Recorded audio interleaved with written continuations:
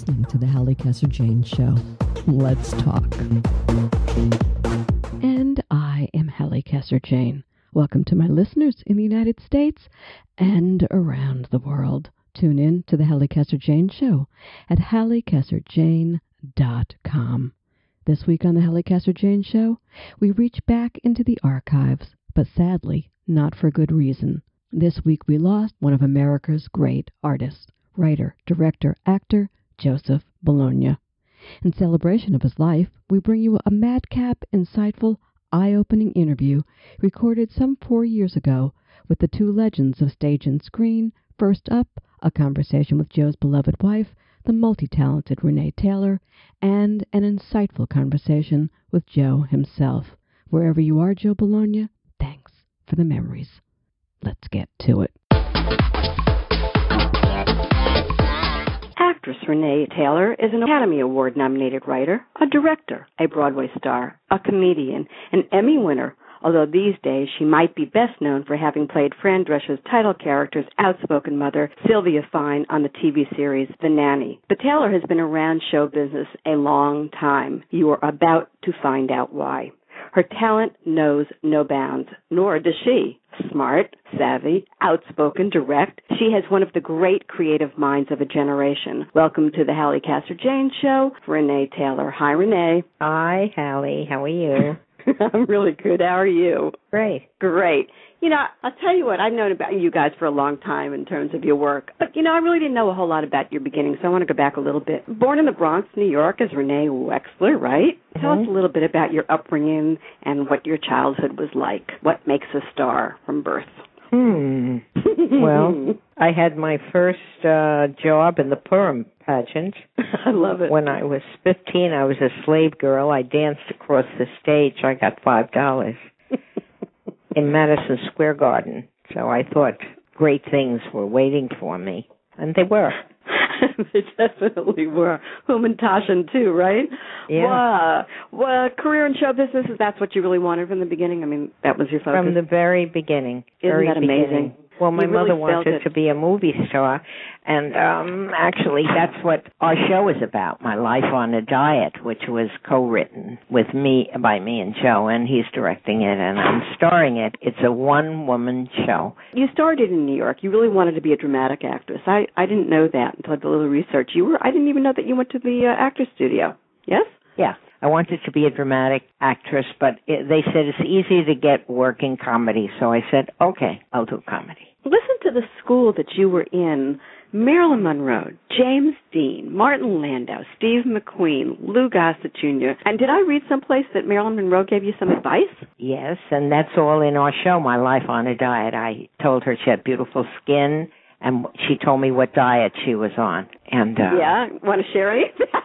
No, you have to come see the show, because it's all the show. The whole show is about what diets I was on. Oh, gosh. You would, everybody else, right? I asked for advice. Every star I met, from Joan Crawford to Marilyn to Jane Fonda, Grace Kelly, all I did was ask them, what are you eating? Because I thought if I ate like them, I'd have their career.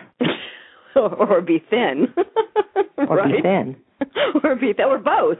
Both is even better, right? Yeah. Go ahead. They didn't eat much. So no, I was on hundreds of diets. Yeah, I can relate to that, believe me. Was it tough back in the 60s when you found your niche in comedy to be a female comedian? I mean, female comedian, that's a double thing, but I mean a comedian. Was it harder for women to get started? No? Not me, because I was fearless. I would get up any place and do anything. So I never had any trouble. What made you fearless? What made me fearless? I don't know. My mother had my horoscope done and said I was destined for great things, and I believed it. What sign are you? A Pisces. Yeah? March what? 19th. Happy birthday. And I was named after Renee Taylor. So there you go. I was married to a Pisces once. You're interesting people. Yeah, we are, aren't we? Before you are. I think so. Okay, so you're in New York. You go in for the comedy. You wind up performing at Bonsoir, the Greenwich Village nightclub. Share with us some of that, because I think there's a great story here. You headlined for Barbra Streisand, and I hear music in the background. Is that Barbara?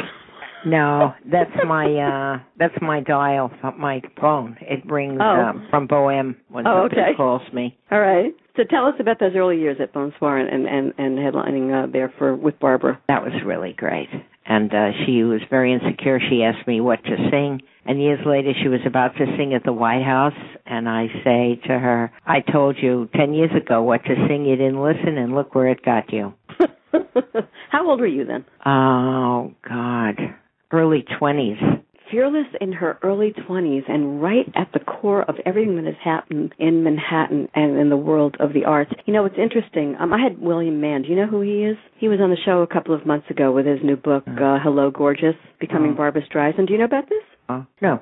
Well, he wrote about Am I in it? You are. Oh, yeah, what did he say? What he wrote. Yeah, see, because I bet you didn't know that. He wrote, Barbara's companion in the tiny, cramped dressing room was Renée Taylor, a big, blowsy, 28-year-old powerhouse whose broad, blatant comedy, heavily accented with Jewish shtick, was familiar to television audiences through regular appearances on Jack Parr and Perry Como shows. It was Taylor who was the headliner that night, so it was magnanimous of her to lend Barbara a pair of stockings since the younger performer had discovered a run in hers at the last moment. Barbara trooped out onto the stage and sang her songs, then yanked her stockings off and tossed them to Taylor backstage. So who told him that story? No, wait, I'm not even done. Let me finish, then I'm going to talk to you. Who promised to slip them back onto her in time for the second show. Is this true? Yeah, but who told him that? Did Barbara? I think it was Barbara. Oh, that's nice. Isn't that sweet that she remembered? Yeah. Well, how sweet of you. So you're a giving kind of person, huh? I guess so. That's the Pisces. That's the Pisces in you. Fearless. I want to go back to Fearless because it seems to me incredible. No, now I'm not so fearless. I realize, oh my God, I did that. I said that. I went there. I wore that. Now, as you get older, I guess you get more real, more conscious, more vulnerable, and so if you start out tough, I think that is true. That happened. I was talking today to he's going to be on the show, Carl Reiner, and he was talking about some of the things that now frighten him. Mm-hmm. Yeah, right. That didn't before. You start out outrageous, right? I started out outrageous, and as you're still outrageous. Oh, not as much as I was. If I told you things I did, you wouldn't believe it. Oh, tell me a few, please. Just one. Give a secret away. I won't tell anybody. Well, when I first went to acting class, I thought, being real was wearing very little clothes. That was what acting was. Yeah. But then even Lee Strasberg said about me that I was physically uninhibited, but emotionally he said I was inhibited. So. I had the pleasure of working with him as well. What were your feelings about him? He was really quite something, wasn't he? I still hear his voice.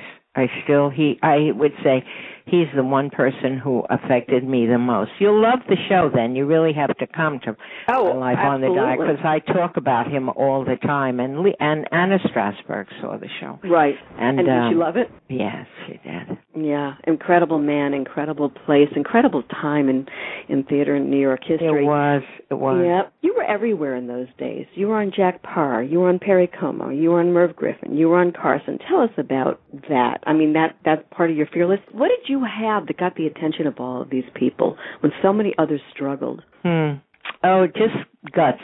That's all. I tell the story of my audition. My zipper broke, and what? I fixed it in front of them, and then I was on the show, and I shaved my legs, and Jack Parr said, your legs are bleeding, and you spilled water all over your dress. Which I did in the wings. They gave me a glass of water to calm me down. And I said to him, act casual.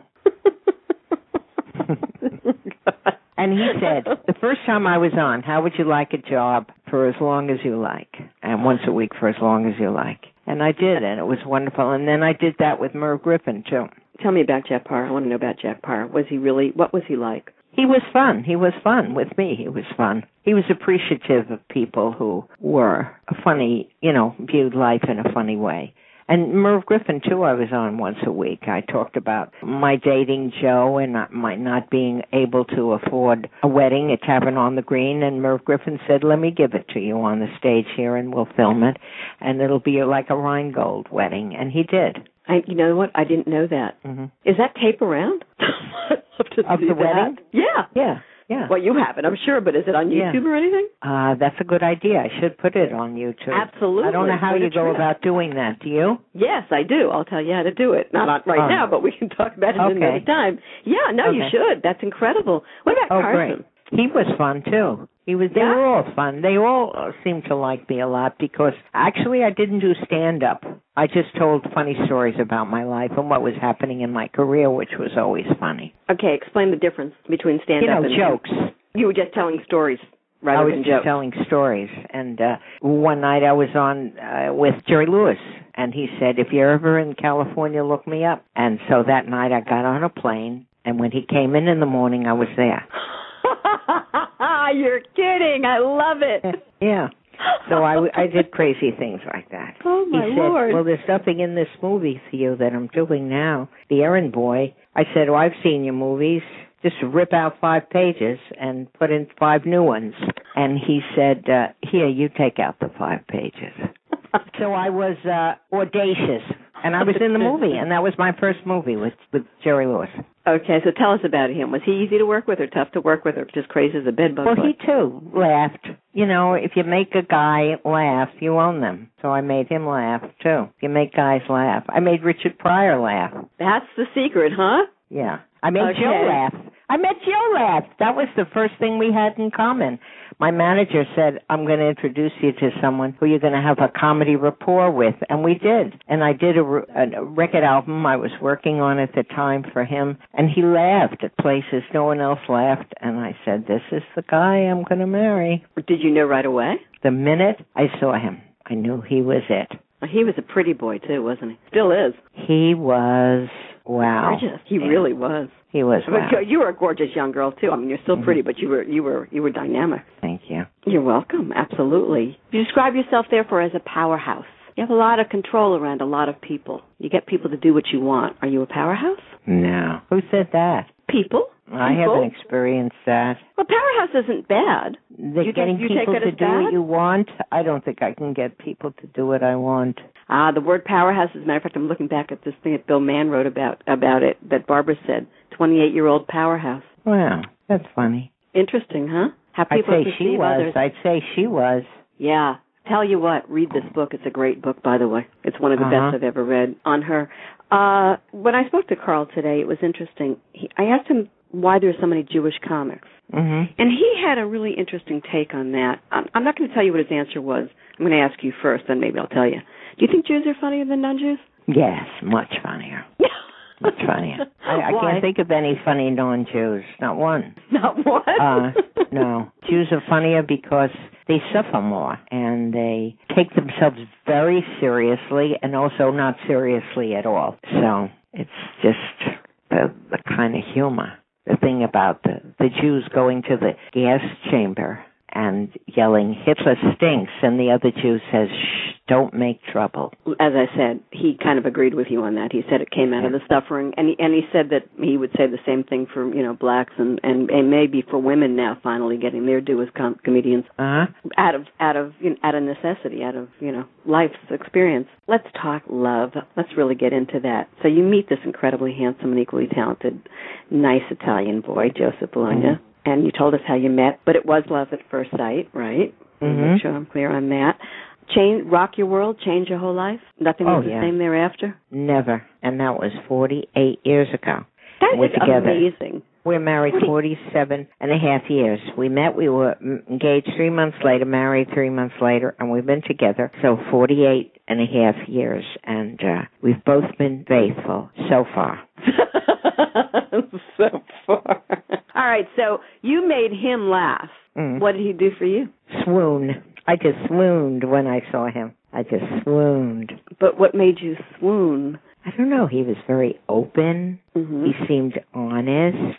He was going to be a priest when he was young, and you sense that about him immediately, his integrity, and then the way he treated people, where he was working for an advertising agency, and he treated the president of the agency the same way he treated the guy who brought coffee, and I was very impressed with that. I'd never met anybody who who didn't have any sense of other people were better than other people, and I was very impressed with that. And he had morals, and he wanted to have a good life, be real and honest.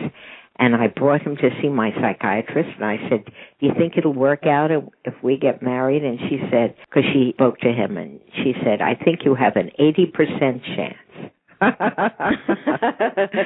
said, I like the odds. I like the odds. Yeah, those are darn good odds, because you don't get those kind of odds today. They say it's like down to 50-50. And I tell all my friends, meet a guy who is going to be a priest. If you go online, find somebody who is going to be a priest, because they're good, honest, with integrity. And that's what it's really all about. They're spiritual. Right. And you can trust them. I'm going to jump ahead for a second, then I'll go back. I want to talk to you about the role of Eva Braun and Mel Brooks, the producers. Uh-huh. Yikes. No, not yikes. It was in the Sunday Times book magazine section yesterday. Was it? I didn't see that picture. Yes. No kidding. That picture. Well, yeah. Oh, my God. What a role. What a time. What a coup for you. Tell us about working with Mel Brooks. Oh, that was so fun. Yeah, and I was a size 4. I don't think I've been a 4 since then. But the other night at Sid Caesar's house, he said to me, did I ever thank you for playing Eva Braun? And I said, no. He said, well, now I thank you. That was so sweet. That was very, very sweet. Incredibly sweet. And he told jokes, and at the end of the evening, he gave me $1 for laughing at his jokes. Did he really? And the next time I see him, I'm going to get him to sign it. How lucky are you? Oh, my gosh, That's incredible. But how did getting that role come about? How did that happen? He came to I was understudying Ann Jackson in Love. Okay. With Eli Wallach and Alan Arkin. And Gene Wilder went on, replaced Alan Arkin. And Mel came to see Gene. And he saw me at the same time he was coming to see Gene. And that's how I got the part. I didn't read or anything. He just said, she's very funny. Wow, so incredible. Now I'm going to go back a little bit to another place and make you a little nutsy here.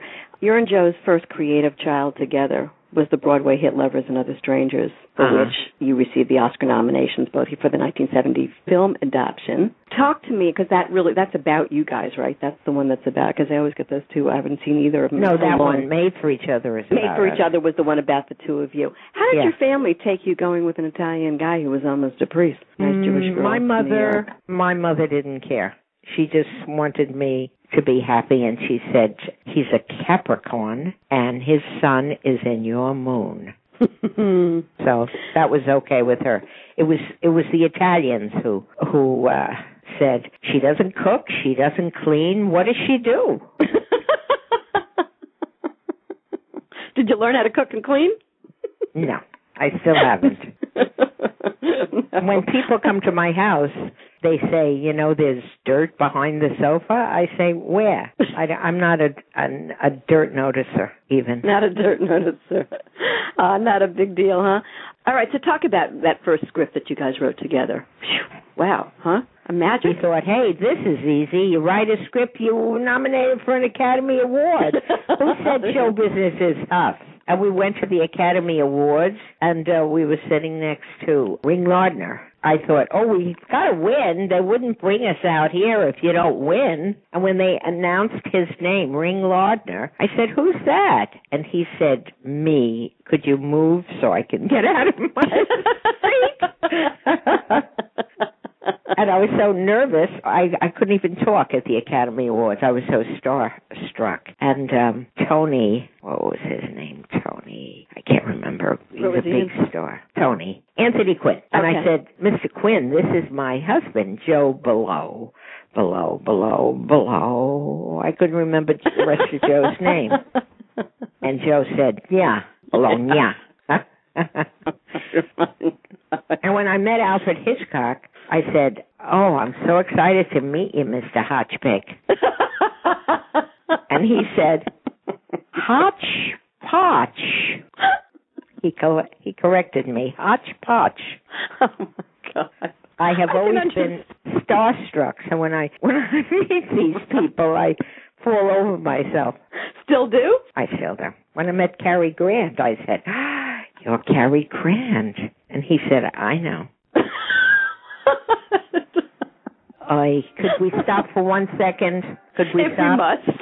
Okay, that's my son. Okay, we're going to talk about him. I don't know why too. he keeps calling. Hold on a second. Okay, go ahead. I don't understand. So we're stopping now because she's picking up the phone to talk to her son, who is, we'll talk about a little bit later with his father. I don't have him into this part of the script. Did you get it yet? No, she's actually gone off to talk to her son. I love it.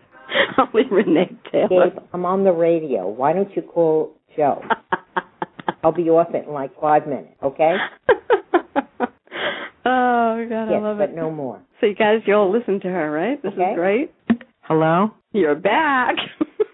Did you believe it? He's in a restaurant, and he wants to know if he can order soup. What time is it?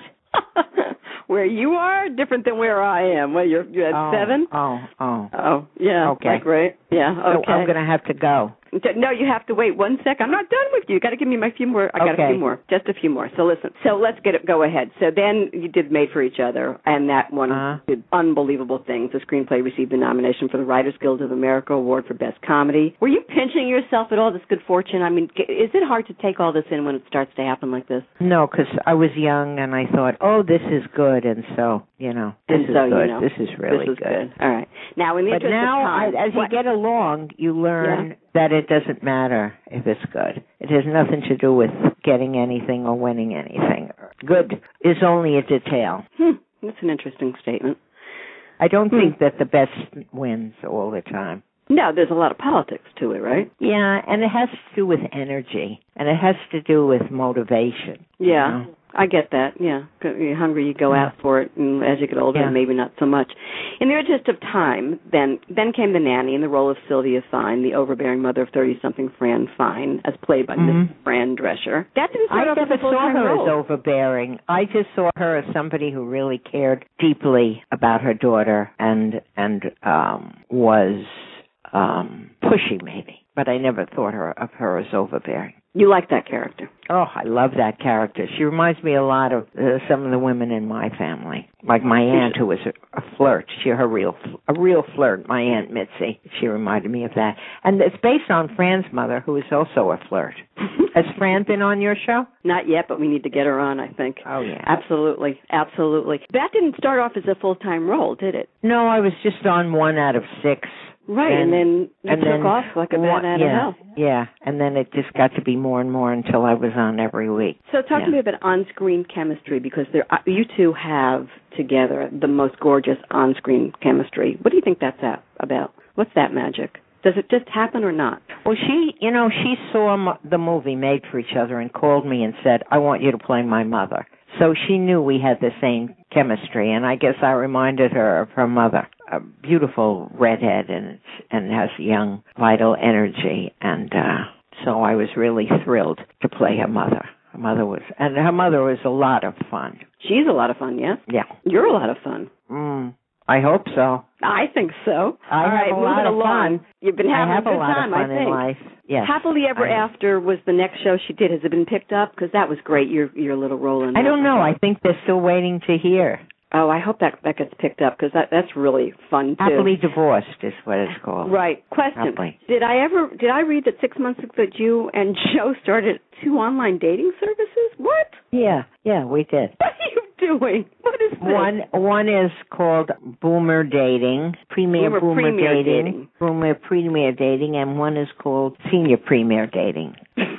We have a website. Go and see. And I also have a facelift cream. I have a facelift cream, too. It's called Renee Taylor's Face Love, and it's a skin tightener cream. And I have a website for that, too, rtsfacelove.com. You are so hysterical. What in the world with this dating site? First of all, everybody go, because there are bits on those sites between these two, between Joe and hilarious. Thank you. I went today. I mean, I was roaring, absolutely roaring from it.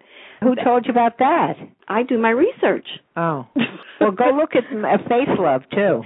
Face Love I just found right before we went on air. A face serum company, Renee Taylor's Face Love. I will go check that out. I'm really into that kind of stuff. For me personally, make me very happy. All right. Well, let's talk again after you've used it. I will. We'll talk about it. We will. We'll come have you back. Are you married? Because we could talk about the dating service. No. And it's funny, when I told my mom if you're not married, then definitely we have to talk about it. You have to sign up. You should make me the guinea pig. Okay. Find me a husband. I will. Clean up. Really, I'm cute. How old are you? Lie.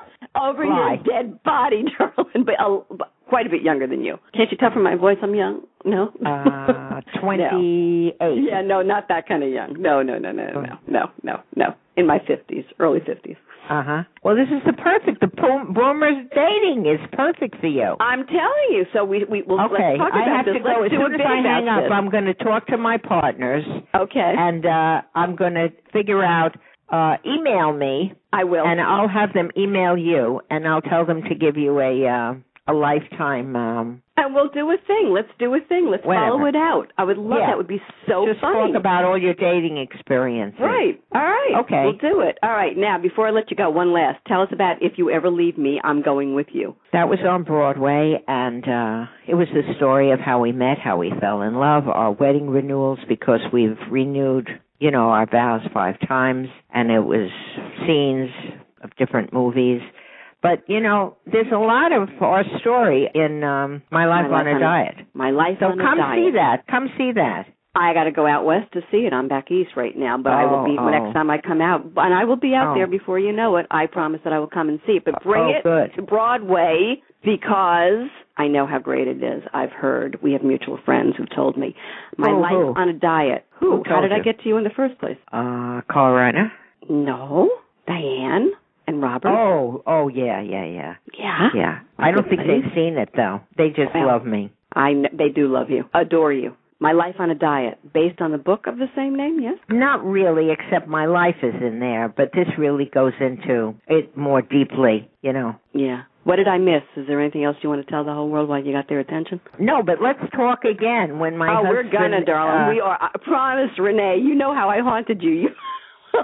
Okay, but now you're going to talk to him? I am. Let me say my goodbyes to you. Her name, Renée Taylor. There is only one Renée Taylor. You can find Renee on Facebook under Renée Taylor. Hey, buddy, thank you so much for doing this. I know you're really stressed right now with the new show and stuff. Okay, now, you hang in there. Joe, you hang in there. Don't go anywhere. I've got to do a little bit of business now, to be at things. So, Joe, you take the phone, and I will be right back. Renee, again, thank you so much. Nice talking to you. Nice talking to you, sweetheart. All right, I'm putting him on hold for the moment. Okay. You were listening to the Halli Casser-Jayne Show. My guests today are from the archives of the Halli Casser-Jayne Podcast, actress, writer, comedy legend Renée Taylor, and the late writer, actor, director Joe Bologna.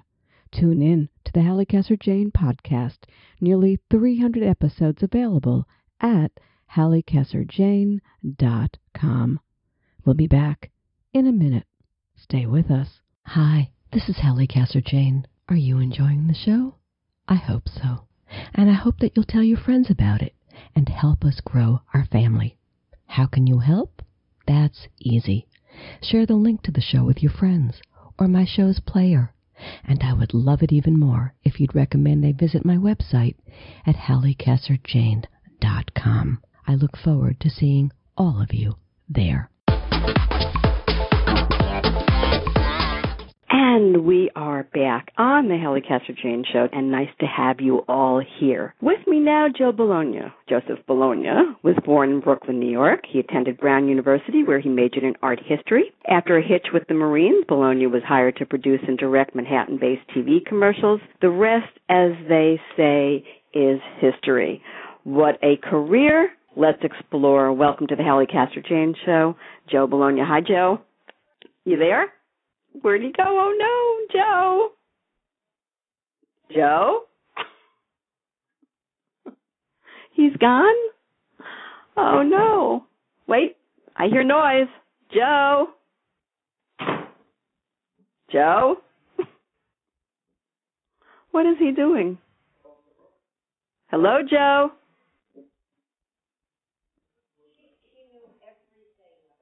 Joe? Joe? Hello, Joe. My turn in the barrel.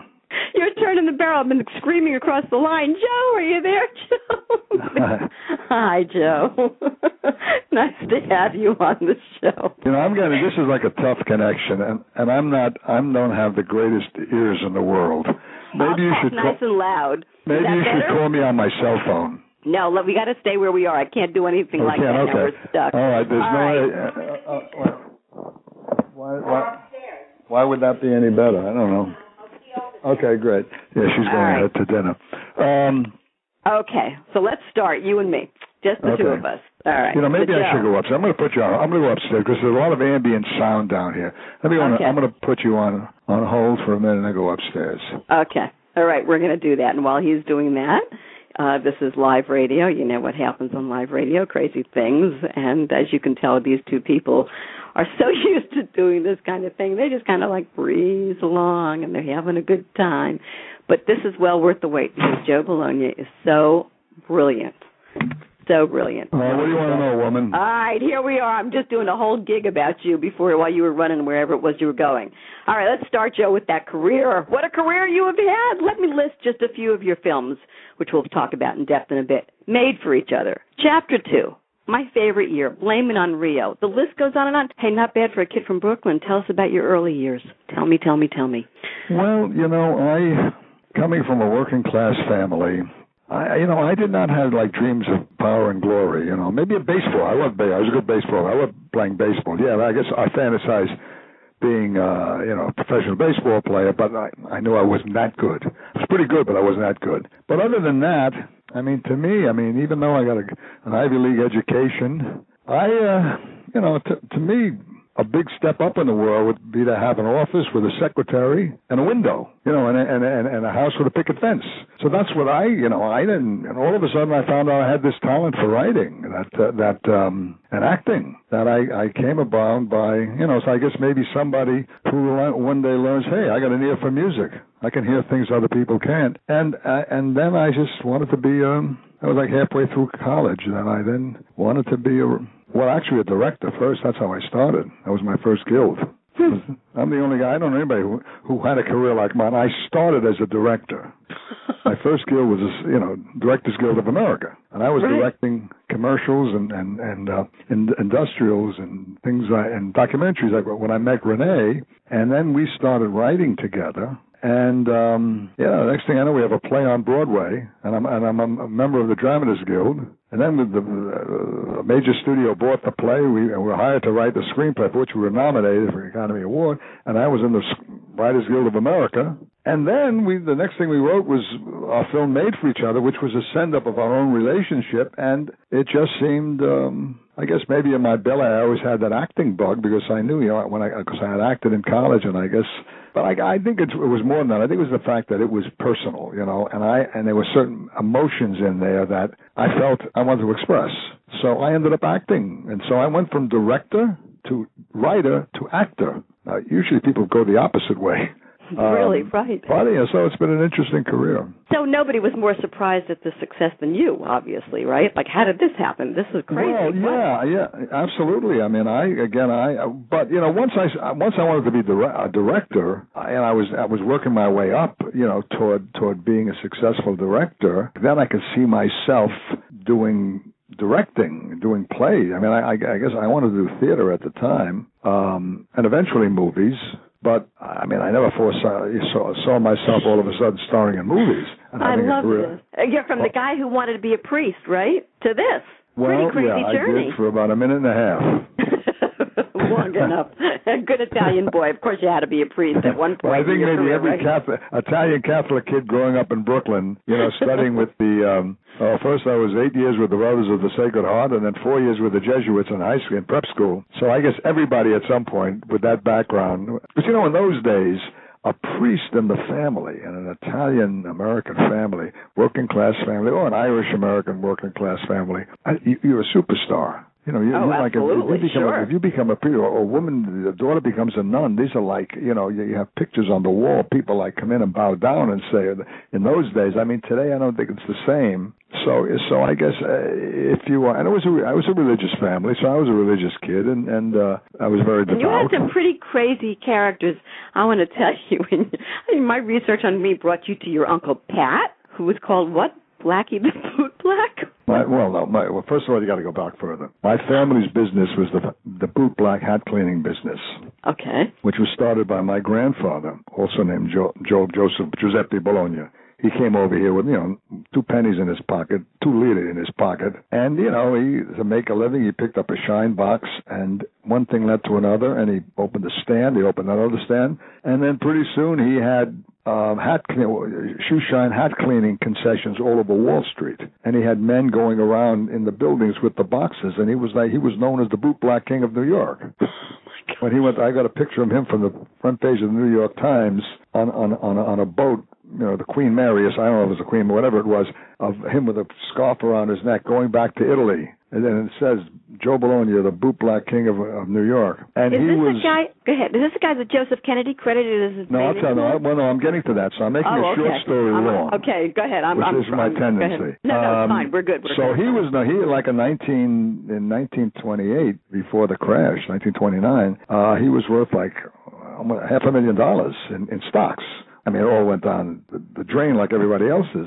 Now, that story is my uncle. Now, my father and my Uncle Pat went into the business. The 2 older boys who grew up, in the mean streets, when my grandfather had no money, was struggling, they went into the business young. They graduated high school and just went into the business. They had to make money. The 2 younger brothers, my Uncle Pat and my Uncle Mike, both went to college. One became a very successful stockbroker, and the other one, my Uncle Mike, was like the vice president treasurer of ABC. But my father and my Uncle Pat, the 2 older brothers, went into the business, and my Uncle Pat was the younger of the 2. So he was about 19. No, I didn't think he was that old. 1929. Maybe he was like 16, 17. And he was Joe Kennedy was one of his customers. He would go up to the office and he would shine Joe Kennedy's shoes. Now, Joe Kennedy wrote in his book that my Uncle Pat, who again he must have been, I'll tell you how exactly old he was, because he would have been 5. He was about 16, maybe 15 at the time, and he was giving Joe Kennedy stock tips. So Joe Kennedy says in his book, he says, when my boot black, my teenage boot black is giving me stock tips, I know something's wrong, and I decided to get out of the market. That's a great story. So my Uncle Pat not giving Scott tips. He made a stayed in the market, lost all his money. Jack Kennedy would never have been president. There you go. Oh, my word. Now, how about this Aunt Pauline? I love these characters. How do you know all that? Because I did research. I do my homework. I want to find out about you guys. Aunt Pauline was the baby in the family, and she was a wonderful cook. And in fact, she, the last part of her life, she spent a lot of years at Rutgers as a den mother in a fraternity house. And a cook, and they loved her. I mean, she was like a Mrs. Chips, But they called her the chef to the stars, right? I mean, she was terrific. Jackie Gleason, Burt Reynolds were among her people. That's what I read today. Well, she cooked. Oh my gosh. I mean, she would cook at dinner. When we would have a dinner and have friends over, and she would cook for us, and everybody loved her cooking. I mean, so they were, and that was the Bologna side of the family, and Pat was like my Uncle Pat was like a total character. He was the kind of guy that was so outrageous that he embarrassed you. But I would say, just wait. When somebody would say, he's embarrassing us at a party, because he'd have a few drinks and I'd say, wait. And then well, you got to stop him. I said, wait. And sure enough, he would have everybody laughing, because he was so outrageous, and he had a sense of humor that he would hold nothing back. So that was the Bologna side. The Bologna side of the family was very volatile. I lived with the Bologna among 4 generations of them in a house a tenement house in Brooklyn, right. And it was very volatile. I mean, people were very if somebody was angry at somebody, you had screaming fights, but there was a lot of love and a lot of emotion. And my mother's family and I was a patriarchal family. My mother's family, the Rodinos, was the opposite. It was a matriarchal family. The father died young, and my little grandmother, about 4'11", ruled with an iron fist. And it was a very quiet. They all played instruments. All my uncles played instruments, and every Sunday night we would go over there. So I would go from this one volatile place to like this other place was the exact opposite. And I loved them both. I mean, both were just wonderful people and colorful people. And when you come from a big family like that, and one by one you see them have to leave this realm. It's sad, but I'm so. You go to Brown University, an Ivy League background, then you go into the Marines, and then you wind up with this interesting Jewish girl. It's interesting what? What the hell, Jewish girl? What the hell did your family think? Like what? What do you mean, where did we go wrong? What Jewish girl? Your wife? Oh, Jewish girl. This is a chorus girl. Oh no. Well, yeah. They were like because I mean, like I said, today an Italian marrying a Jew was no big deal. Right. But in those days it was. I mean, and. So did they think you had gone wrong? Did they think there was something wrong with you? Well, yeah. They thought they were afraid. They were afraid. Not that they didn't like Renee. It was that they were afraid I was going to get. They were afraid I was making the biggest mistake. Because first of all, besides being Jewish, she didn't cook. She didn't clean. She was in show business. She had a career. She was all these things that in those days, a woman was a tuckaway. Somebody wore an apron and, gave birth to kids. And that's what a wife was in those days. We didn't know then. Nobody knew then that women were smarter than men. Oh, so it was like, so anyway, so it was really like she was like a Martian to them. But I mean, when we got married and they saw how we belonged together and how good she was for me, they loved her. I mean, they embraced her and it was tremendous. Why'd you fall in love with her? What she said her sense of humor. What was it? Well, I mean, besides being a sense of humor, I mean, being a strong woman with having her own career. Like, I mean, one of the stories I tell you all the time. My father, I remember my sister Dorothy, who was married, went going to work. This is, so took a job, right? And my father, we were all having dinner. My father's saying, well, Dorothy wasn't in the room. My father was saying, her husband is no man. A wife should not have to work. A husband should take care of a wife. Any husband who lets his wife works is no man. I said, wait a minute. I said, Renee works. He said, that's different. She makes a lot of money. Oh, my God. Well, I'll tell you, did you ever in a million years think that your life was going the way it went? Well, no. I mean, it's. I mean, like, were you shocked? Here you are. I mean, you've got this career thing going. You've got this Jewish, girl who's got this hell of a career of her own going. I mean, surely you had never seen this picture at all, right? No, not in 100 years. I just, like I said, I look forward to having it. You're a guy, though, who goes with the flow. What? You're a guy who goes with the flow. Well, in a way, yes, but not that's not quite right. I mean, because I got a job in film because I wanted to be a director, and I worked my way up, and I worked for an ad agency, and I moved to a film company. So I mean, you had your own. I didn't. It's the acting thing that I didn't see. Right. I didn't see coming. And which is strange because I then made more money, being an actor, starring in movies, and it got me, and it in a way it took me away from writing. There's an upside to everything, and the downside. I mean, I'm not complaining because my life I feel totally blessed to have had the life I've had. When you know the pain and suffering in the world. But yeah, I mean, I can't. I count my blessings every day that I've been able to have the life I have. For sure, because you've had some really, really, really great. But of course, your talent is what got you where you got, buddy. I believe that. Well, I think that's very, very true. Talent is a detail, and not necessarily an important detail, because talented people become successful, mediumly talented people, and people with very little talent become successful. So they don't stay up there. But those people often have a talent for being successful, for being in the right place at the right time, meeting the right people at the right time, saying the right thing. That's a talent in itself. That's like having a business talent. So, I mean, people, you know, like young actors say, like I try to tell people, I say, you become an actor not for the world. You become an actor for yourself. Acting, just like painting. If you're a painter, you don't paint to say, gee, I'm going to paint because I'm going to make money from my painting. No, nobody does that. Nobody says I'm going to write music because I want to make money from writing music. No, your brain, your soul tells you that do this, and it's a statement of self. I don't know one actor, one writer, or one director who got into the business to make money. We all got into the business to express ourselves. Right. You know. So in other words, what you're saying is the key is for the world. Yeah. It's not for you. It's like a business. It's like you and the outside world, which is something different than you and your expression of your creativity. I got that. So let's talk about a little bit of your expression of your creativity. Your Academy Award-winning screenplay for Lovers and Other Strangers, right? Yep. Pretty gosh darn incredible, right? And that's where you made your Broadway debut on that play, wasn't it? That's right. Right. And then Made for Each Other, that tells the story of you guys, right? And for that you got nominated for it tells the story. It's a satire of us. You know. Right. The story is fiction, but it's based on us.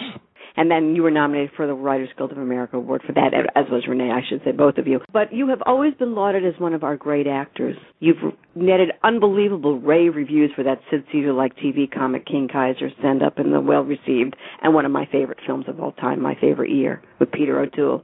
Well, you got good taste. I have very good taste. I have to tell you, I was just watching Charade the other night. It was on some TV station, Retro. What was it like to work with Stanley Donen? Oh, my God. Oh, great. Stanley. I learned a lot from Stanley Donen, especially about directing. Because with Stanley, what he would do is often people would shoot a scene, and, they would do a wide shot, of the whole scene. Let's say there's 3 or 4 people in the scene. They would do a whole take with everybody in the scene, and then they would do a close-up, a medium shot of, let's say, 2 people of the whole scene. Then we do a close-up of each person of the whole, the big part of the scene. Stanley wouldn't do that. Stanley would shoot what he was going to cut. In other words, he would shoot an establishing shot, because he in his head he's just going to go this far with the establishing shot, maybe 15 seconds or something, and he would shoot just that, and he wouldn't bother with shooting the rest of it. And then he would shoot, and he would choreograph it. And what that came out of, I realized, I think he probably even told me this, is that when he and Gene Kelly were making those great Hollywood musicals, nobody in those days had Final Cut. So what they did is they would shoot the dancing scenes in only one way that they could cut it. In other words, they would never do any close-ups because they knew that a dance number on film, you had to see the full body. So they wouldn't do like a close-up of the feet, or they would do it from a different angle. They would go to a different angle only if they knew they were going to cut. You could only cut from here to here.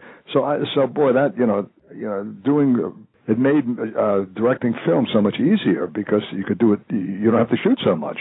Right. Okay, next, Neil Simon's Chapter 2. I just had Marsha on the show, by the way. She was on a few months ago. What a cast. Who was on the show? Marsha Mason. Marsha Mason, James Caan, Valerie Hopper, Neil Simon, genius writer. Tell us about working with Neil Simon. I mean, come on. Well, Neil is Mr. Laughs. You say his lines, and you got to be a pretty bad actor not to get a laugh on Neil Simon lines. So it was, it was great. And of course, I love it. I was friendly with Marsha, but Valerie and I became very good friends. It's so curious about it. Valerie and I, 2 of the squarest people in Hollywood, with long, marriages. We always play. Every time we played together, we were playing cheaters. We were cheating on our spouses. That and also in Blame It on Rio, we had the same relationship. So it was great. Each one of these. Look, the reason I had a good time as an actor, because I got into acting through being myself, and acting, I got into, it's like I got into acting, I got into eat, when you eat steak for the first time, and you know what steak tastes like, it's hard to go to hamburger. You say, no, I want steak. When you start off eating McDonald's, you're thrilled, and all of a sudden you grow up and you say, I can't eat that anymore, because now you've discovered prime steak. I started off with prime steak, so that I kind of only chose things where, I would have a bottom line. I would never take a part that I really disliked. I didn't care how much they offered me. I wouldn't do it. I would take roles that I knew I was going to have a good time on. So, I mean, every job I did, I mean, on rare occasions where I had a bad experience, I had a good time, and I enjoyed the experience. Each one was good. But every now and then, there was a job where, and my favorite year was one of them, where not only was it a good part, but it was a part where the director and the writer welcomed my input as a writer. In other words, I was part of the growth of the picture, of the character. In other words, and we worked as a team. I would get an idea, and the writer would say, "Oh, great!" He'd go off and write, and it was a wonderful experience. And another movie like that was a movie called Cops and Robbers, where I had the same relationship with the director, Aramabakian, who died way too young, very talented man. So there was and of course our own work made for each other. Love is all there is. Things where that's on, and it's not that it's better than somebody else's. It's that when you're an artist, the greatest feeling is when you do the best. When it's like the athletes use the expression, "I didn't leave anything in the gym." When you don't leave anything in the gym, when you don't leave anything in the studio, you just let it all out. It's like the difference between having a tense muscle and releasing part of it, or releasing all of it. I mean, the difference is in kind, not in degree. When you have that kind of experience, that's a peak experience where you just feel you just did the absolute best you could. What was in your belly, what was in your heart, what was in your mind, what was in your genitals came out. Has got nothing to do with it being better than somebody else. It just has to do with that total release. And now, with my favorite year, I had it through the whole film. Every job I did, practically every one, I would have moments where I would have that total release, where I would be able to do a piece of work that was inventive, that was difficult, and that I just made happen. Not like I'm better than this other guy, but just that feeling. So I haven't had too many bad experiences as an actor. You've been a very lucky guy, but a lot of people have been lucky to have you in their films. I'm going to throw out a couple of names that I want one-word responses. Peter O'Toole, tell me about him, one word. I love doing this to people. Peter O'Toole. Peter O'Toole. Yeah, so it's so hard to say one word. But you can give me a little Classy. One word. Classy. Suzanne Pleshette. Oh, she was so beautiful. Funny. Lucille Ball. Lucille Ball. Brilliant, what she did. Lee Remick. Sweet. Michael Caine. Hysterical. Adam Sandler. Nice. Renee Taylor. I played his father when somebody. Mensch, he's a mensch, is what he is, isn't he? Nice. Hey, Shana, what do you got? A boy chick. A nice boy chick. Yeah. Renee Taylor. Renee Taylor is, wow, that'd be tough to describe in one word. She's so, everything. All the above? Everything. Everything. Writer, director, producer, actor, husband, and father of Gabriel, their son. What's your favorite hat? What's my favorite hat? Mm-hmm. Well, I tell you, it really has to do with what's the best piece of work out there. If there's a great part to act, I love acting. If there's a great thing to direct, I would say, though, ultimately, it's writing. I get up in the morning and I don't say to myself, I have to act. No, I don't. I don't even have that thought, but I have to write. So. What about the medium? Does it matter? Stage, screen, television? Say that again. Does the medium matter to you? Stage, screen, TV? The medium doesn't matter if the part is good. If you got a great part on television or on stage or in movies. Strangely, as a writer, I love the stage. I mean, I started off as a playwright, and I loved writing theater. And even as a director, I love it because in a director you control the whole thing. You can see the lighting in a movie. I mean, directing a movie is great too. Don't get me wrong. But as an actor, I grew up in film. In other words, my first starring part, my first real part. Even I did a few weeks in Lovers and Other Strangers on Broadway. But my first real part was starring the male lead in Lovers and Other Strangers. So I developed my acting talent on film. And film is different than stage. I mean, both take good good acting. Different muscle? Yeah. But on stage, you are a wide shot, and you do things bigger. And you go out to the audience because the audience is out there. So you have to go out to the. I mean, even with microphones today, where you don't have to project like they did in the old days, when you had to hit the last person in the third balcony. But still, you have to project in that you are a little thing to the person in the last row. So you have. I don't mean only projecting with your voice, but I mean in your mannerisms, in your behavior. It's different. That's one thing. And the other thing that's different is on film. Well, film, it's the opposite. You just feel it, and the camera comes to you because the camera sees whatever you feel. So you don't have to do anything other than just feel it and be it. And the other thing, which is even a big difference, is that on film, you can get it perfect once, and it's in the can.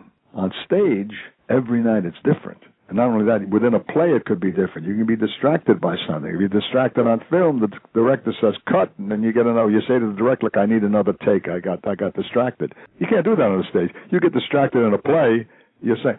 So when I started acting in plays, which I started doing after I was in film, I started like saying, oh, this is difficult because this is different. This is so different than what I do. But I grew to love that too. What's next for you? Anything coming up? No, I mean my plays. Renee and I tour with our plays. We do our play. If you ever leave me, I'm going with you. And I'm really not that interested in acting right now. I just love writing and I love doing our plays. I just well, first of all, if a great part came along, I would love it. But you understand? But somebody my age, you know what the parts are? Oh, but buddy, you still look damn good. I saw pictures of you. You're looking like a young man. To me, to us, no. I take it you're. I don't know what your age are, but I mean, I know you're not a teenager. I know you're not the 22-year-olds who are running the business, and maybe that's the way it should be. I don't care. But the point is that the parts that I get offered is either the number 7 dumb, flatulent grandfather on a sitcom, or the number 8 disease of the week on a doctor show. Some old cocker with his with an IV over here. Oh my word! We got to change this. There's something wrong with the world. First of all, I'm not good at playing that. I wouldn't hire me for those parts, and I'm not interested. Again, if somebody came along and said, but those parts don't exist. The parts that are really great for people my age. What is that? 3 a year? It's going to go to Robert De Niro or Al Pacino or somebody, or Nicholson. People who are like, higher on the food chain. It's certainly in the commercial end of it, So I don't think about acting at all. Really, it's just and again I do it like we do. We act our plays, and I love doing that. But I got to write. I mean, I really have to write. That's the most important thing. I just finished a new play. I got a new play about a 2-character play with Frederick Douglass and Abraham Lincoln. Oh, really? That I'm going to be doing a reading with very soon, and hope to get that off the ground. And I have another 2-character comedy I wrote because I write with another writer, Richard Crevelin. We do our own plays. Plus, I know Ray and I told you, I've got 2 cousins who are psychiatrists who started a dating site.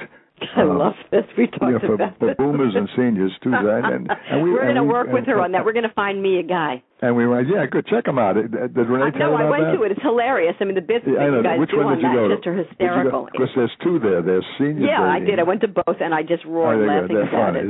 So we do stuff like that. Plus. So you're having a good time now. That's what you're doing. Yeah, so we have fun. You're having a good time. Well, Joe, I can't thank you enough. I know I made you nuts the last few weeks. Well, you're a good sport. You hung in there. You let me hang in there with you. Thank you. I'm sorry we have to put you up all this time. Oh, no, it's been great. Are you kidding? I got to spend a little more time with you that way, right, and get to know you a little better. If you're out here, come see My Life on a Diet. Come see Renee. I'm going to do it, buddy. I'm going to do it. Absolutely. So let me say, Emmy Award winner, nominated for 2 Writers Guild of America Awards, Oscar nominee, star of stage, screen, and television, writer extraordinaire. Thank you, Joe Bologna. It's really been a treat for me to have you here. And Renee on the Halli Casser-Jayne Show. Thank you. All right. Thank you. You have a great evening. Bye-bye. Great couple. Great couple. Just they couldn't be nicer. He is so genuine. She's such a trip. Renée Taylor, Joe Bologna. Thanks so much for tuning in to The Halli Casser-Jayne Show, a production of Resec, LLC. The Halli Casser-Jayne Show posts new podcasts Wednesdays, 3 p.m. Eastern.